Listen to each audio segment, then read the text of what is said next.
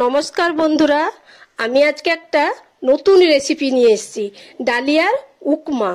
এটা ব্রেকফাস্টে বা ডিনারে দুটোতেই খাওয়া যায়। এই স্বাস্থ্যকর ও সুস্বাদু রেসিপিটা কিরকম বানানো যায় চলুন আপনাদের দেখাই। এর জন্য কি কি উপকরণ লাগছে আমি বলছি। একটা আলু নিয়েছি আর একটা মিডিয়াম সাইজের গাজর নিয়েছি। বড় পেঁয়াজ ছোট ছোট করে কুচিয়ে নিয়েছি, একটু আদা কুচি, দুটো কাঁচা লঙ্কা কুচি, একটু মটরশুঁটি নিয়েছি, আর কয়েকটা ফ্রেশ কারি পাতা নিয়েছি, আর 1 কাপ ডালিয়া, কিছু চীনা বাদাম আর কিছুটা কাজু বাদাম আছে, আর ঘি লাগবে। আর তড়কা বানানোর জন্য একটু সর্ষে, অল্প হাফ চামচের মতো সর্ষে, একটা কাঁচা লঙ্কা, কিছুটা ছোলার ডাল, আর বিউলির ডাল হলেও হবে, আমার কাছে বিউলির ডালটা নেই এখন। আর যে যা উপকরণ লাগবে আমি বানাতে বানাতে বলছি, রেসিপিটা যখন বানাবো তখন আপনাদের বলছি। আমি গ্যাসের ওভেনটা জ্বালিয়ে নিচ্ছি। এবার আমি এই ডালিয়াটাকে একটু ভেজে নেব, লাল করে ভেজে নেব একটু। ডালিয়াটা আমার ভালো করে ভাজা হয়ে গেছে, শুকনো কড়াই ভেজেছিলাম, তেল কিন্তু দিই না, শুধু শুকনো কড়াই ভাজতে হবে। কালারটা চেঞ্জ হয়ে গেছে দেখুন, এইরকম কালারটা চেঞ্জ হলে নাম করাবো। যেমন আটা ভাজলে যেমন একটা সেন্ট উঠে, সেই রকম একটা সেন্ট উঠছে।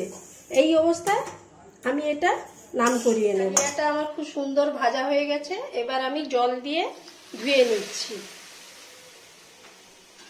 জল চেঞ্জ করে করে ধুয়ে নেব। ডালিয়াটা এখন খুব গরম আছে তো, তাই খুন্তি দিয়ে একটু নাড়াচাড়া করে ধুয়ে নিচ্ছি। আমি ভালো করে ধুয়ে নিই। 3 বার জল দিয়ে ধুয়ে নিয়েছি। এতে জল দিয়ে রাখার কোনো দরকার নেই, জল ঝরিয়ে রাখবেন।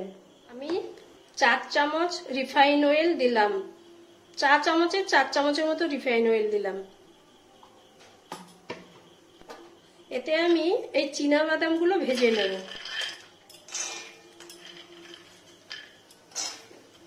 চীনা বাদামটাকে একটু লাল করে ভেজে নেব। চীনা বাদামটা একটু লাল হয়ে গেছে, এবার আমি কাজু বাদামটা দেব। এই কাজু বাদাম কটা দিলাম। এই কাজু বাদামটাকে হালকা করে ভেজে নেব। বাদামটা ভাজা হয়ে গেছে, আমি তুলে নিচ্ছি। এই তেলটা আছে, ওই তেলেই আমি পেঁয়াজটা দেব। কুচনো পেঁয়াজটা দিলাম। পেঁয়াজটাকে হালকা নরম করে ভেজে নেব। আমাদের বাড়িতে আমি ডালিয়া করতাম খিচুড়ির মতো করে, ডাল সবজি দিয়ে, কিন্তু ওটা কেউ খেতে চাইতো না। এটা করলে সবাই চেয়ে চেয়ে খায়, এত সুস্বাদু হয়, সবাই চেয়ে চেয়ে খায়, আর এটা খুব স্বাস্থ্যকর। পেঁয়াজটা আমার হালকা করে ভাজা হয়ে গেছে, এবার আমি আলুটা দেব, এই আলু কাটাটা দেব।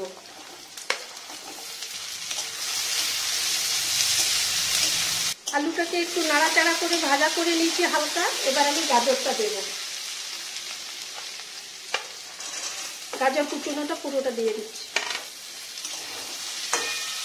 নাড়াচাড়া করে ভেজে নেওয়ার পর এবার আমি কাঁচা লঙ্কা কুচিটা দেব। এই কাঁচা লঙ্কা যে দুটো কুচিয়ে রেখেছিলাম এইটা দিলাম, আর 1 চামচ লবণ দিলাম। এবার সবজিগুলোকে ভালো করে নরম করে ভেজে নেব।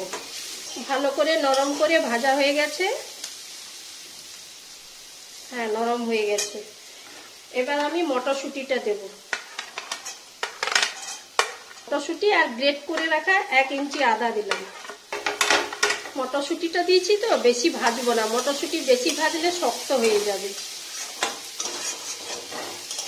হালকা করে একটু নাড়াচাড়া করে ভেজে নেব। মটরশুঁটি দিয়েছি, মটর আর আদাটা ভালো করে নাড়াচাড়া করে নিয়েছি। এবার আমি গরম জল দেব। 1 কাপ ডালিয়া নিয়েছিলাম, 1.5 কাপ জল দেব। 1.5 কাপ জল দিলাম। জলটা ফুটে উঠেছে, আমি ডালিয়াটা দিয়ে দেব।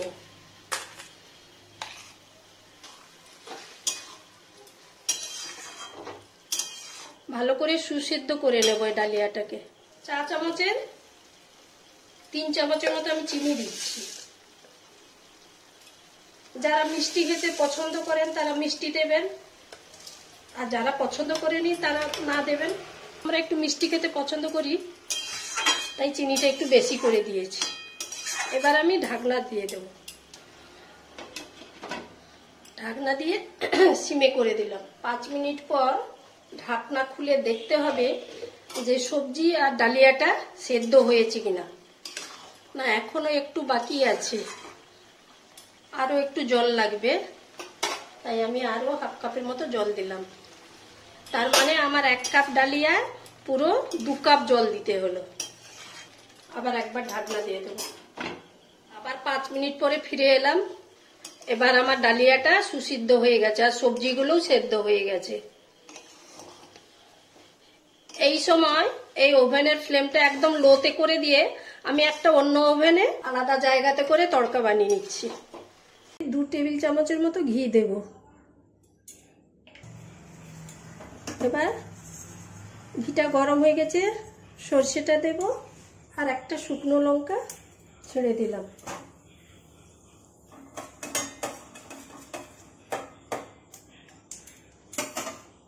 ঘিটা খুব গরম হয়েছিল বলে গ্যাসটা অফ করে দিয়েছিলাম, আবার গ্যাসটা জ্বালিয়ে দিচ্ছি।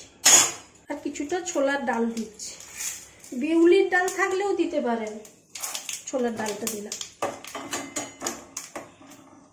ছোলার ডালটা ভালো করে নাড়াচাড়া করে ভেজে নিলাম। এবার 8-10টা কারি পাতা দিলাম। কারি পাতাটা আমার ভাজা হয়ে গেছে। এবার আমার তড়কা রেডি হয়ে গেছে। এবার আমি তড়কাটা মিশিয়ে দিচ্ছি এর সাথে। এই বাদাম ভাজাটাও দিয়ে দিলাম। এবার নাড়াচাড়া করে নেব। অবশ্যই গ্যাসের ফ্লেমটাকে লোতে রাখবেন এই সময়। আমার ডালিয়ার উপমা একবারে রেডি হয়ে গেছে। এখন দেখতে যতটা দলা দলা লাগছে, একটু ঠান্ডা হয়ে গেলে ঝুরঝুরে হয়ে যাবে। এখন দলা দলা লাগছে, দেখুন। এটা ঠান্ডা যত হবে তত ঝুরঝুরে হবে। এবারে পরিবেশন করছি আমি। কত সুন্দর হয়েছে দেখুন ডালিয়ার উপমা। এই যা ডালিয়ার উপমা যে কখনো খায়নি সেও চেয়ে চেয়ে খাবেন, এত সুন্দর হয় ডালিয়ার উপমা। আপনারা না বানালে বুঝতে পারবেন না, এত সুস্বাদু জিনিস। আপনারাও বানাবেন। কেমন হয়েছে আমাকে কমেন্ট করে জানাবেন। আর এই ভিডিওটা যদি আপনাদের ভালো লেগে থাকে, আপনারা লাইক, শেয়ার, সাবস্ক্রাইব করবেন। ভালো থাকবেন, সুস্থ থাকবেন। ধন্যবাদ।